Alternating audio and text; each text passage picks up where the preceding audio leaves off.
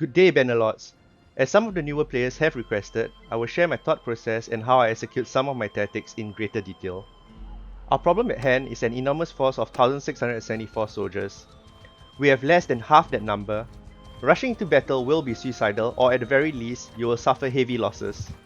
As Sun Tzu once said, he will win who knows when to fight and when not to fight. You have a few choices here. Rush one of the opponent's settlement and hope the opponent returns to defend it.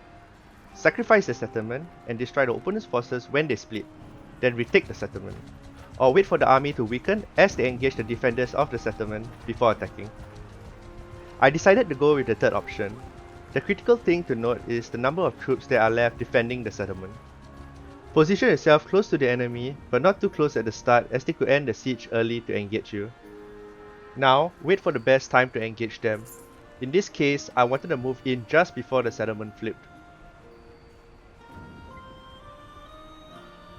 We are now dealing with an enemy that has 994 soldiers with 814 soldiers.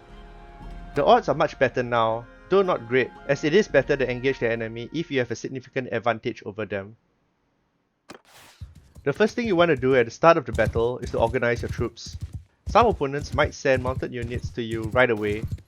Footmen! Onward! Move out! Home in! Get move! Spread out! Home in! Forward! Make room! Mounted archers! Move! Scout infantry! Get moving! Riders! Move out! Together! Form a wedge! Follow me!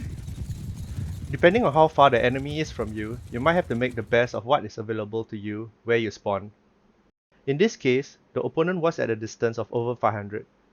As such, I had some time to survey the surrounding to check if there was a better position I could move to quickly. Ideally, you want to place your ranged units on high ground with a clear line of sight to the enemy. You can find out the distance the opponent is from you by holding the Alt key. If you were paying close attention, you would have noticed that the enemy's mounted ranged units were already on their way to you. Rewind the video to around 1 minute 41 seconds if you missed it.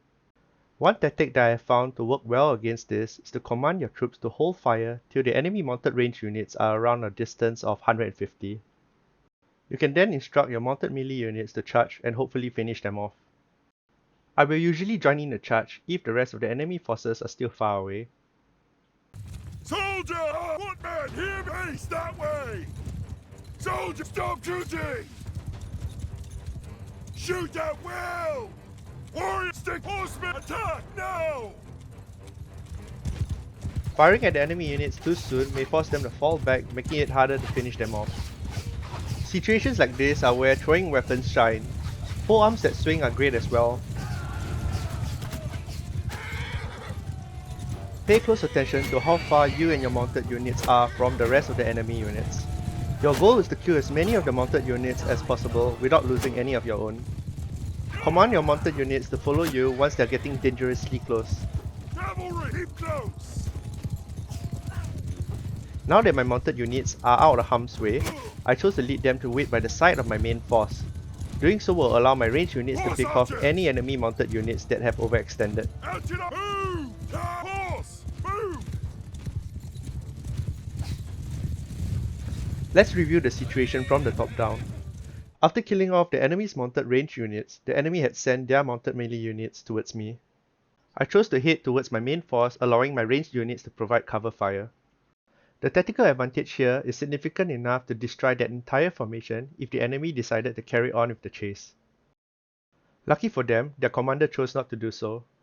Since the shields of the enemy ground melee units face my own, I will send a considerable force of ground ranged units to the side to fire from their flanks. I will also reposition my mounted melee units to provide some protection to my ranged units. Arrows!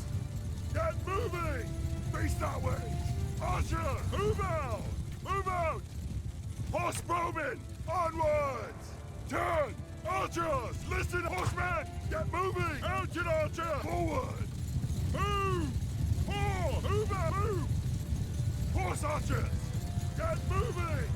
Here I send my mounted ranged units closer to increase their accuracy. Bows!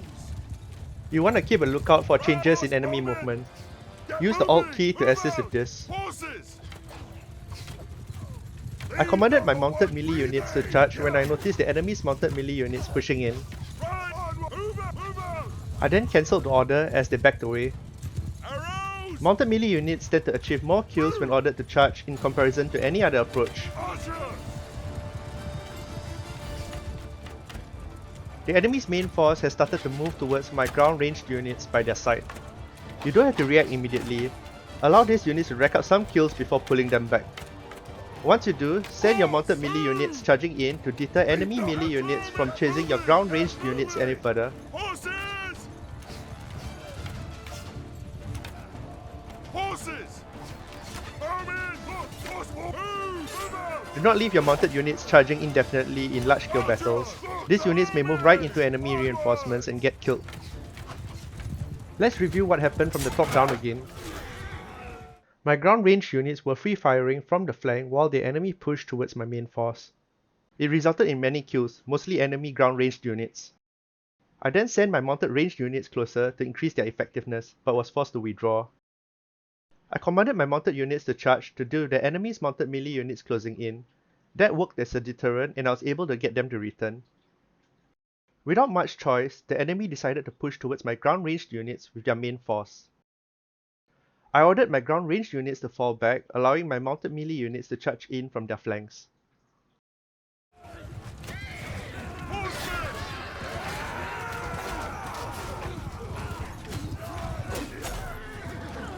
It seems that the enemy ground melee units have backed away. However, their ground ranged units were still present and still on the move. Situations like this is a great time to kill as many as possible before they start firing. I found that alternating commands between charge and follow works well to ensure that your units do not stray too far. Remember that the enemy is making a tactical retreat and will get organized somewhere else on the map. You want to keep a close eye on the direction the enemy ground ranged units are facing. A large force that is stationary and ready to fire is a significant threat to your mounted units.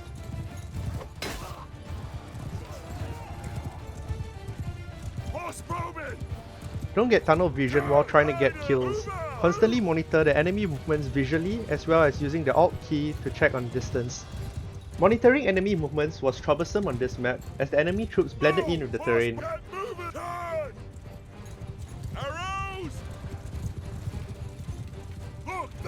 Let's do another quick recap. The enemy's ground ranged units started moving in after the ground melee units had backed away.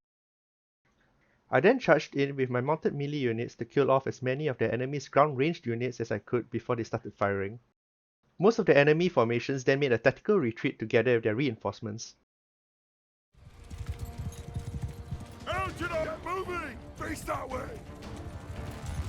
I thought that the enemy units were still some distance away, only to realize that a group had already made their way to me. I immediately got my ground ranged units to fall back and repositioned my main force to deal with the threat. I had to react fast to minimize the damage for this mistake. As my main force was still some distance away, I ordered my mounted melee units to charge and delegated the command of my mounted ranged units to their captain. I found that delegating command works very well for mounted ranged units if you want them to focus on range attacks while kiting the enemy. Focus on the big picture as the commander. The effectiveness of tactics increases as the size of your army does. Now that my ground melee units are in position, I can take the time to reorganize my troops. Try to predict where the enemy will be attacking from and place your ground melee units in their way. Deal with the immediate threat before fine-tuning the position of your formations.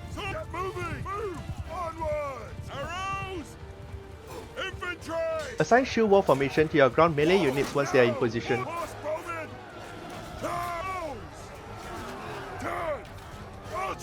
Listen up! Forward!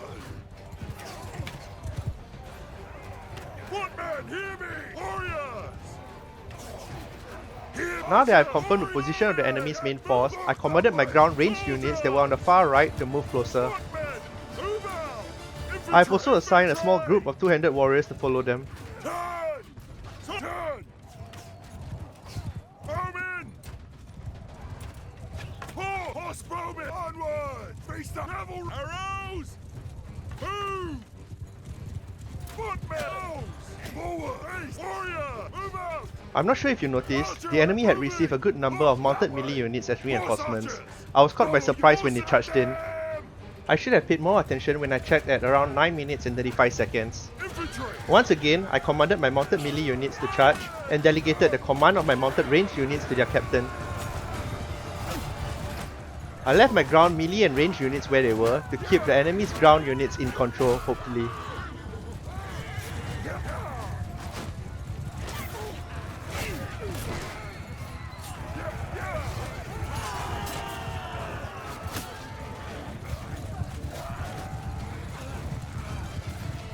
Horsemen!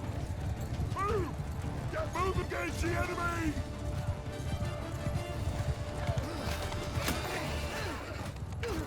I now instruct my ground melee units to charge in line formation. Shoulder to shoulder! So I thought that all the enemy troops had backed away, but instead some had made a move towards my ground ranged units. Upon realizing this, I pulled my ground ranged units back and repositioned my ground melee units to deal with the threat. I then commanded my mounted melee units to charge and delegated command for the mounted ranged units to their captain. At this point, I spent some time reorganizing the army as the enemy approached. The enemy then pushed in hard using their mounted melee units, causing havoc in my backlines. I then issued the command for my mounted units to counterattack once again. As the enemy's forces were spread out and the immediate threat more or less handled, I repositioned my ground ranged units to assist my ground melee units from a distance.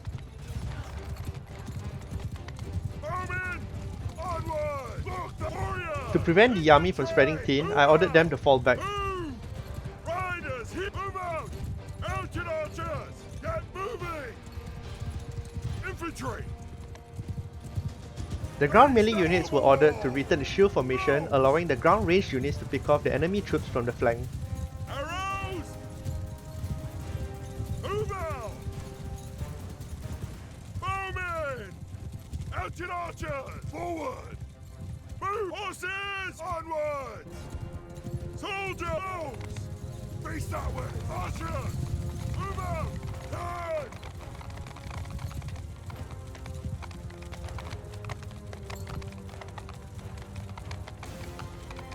Riders! Get moving! As the enemy troops shifted their focus towards the shield wall, I sent my mounted troops in to finish them off. Cut them down! Charging in from the rear or flank always produces the best results. Sergeants, take command! I got my ground melee units to join in the charge right before the mounted units came into contact for maximum impact. Let us review what happened from the top down.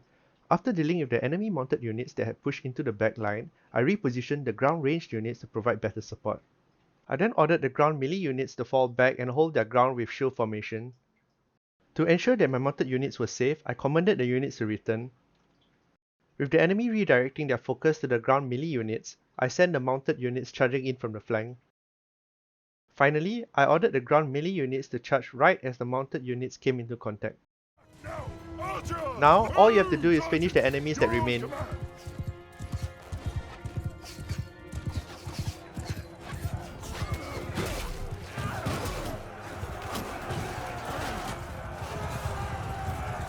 Pay attention to where the enemy melee troops are facing. Riding into spearmen that are ready for you can quickly get yourself killed.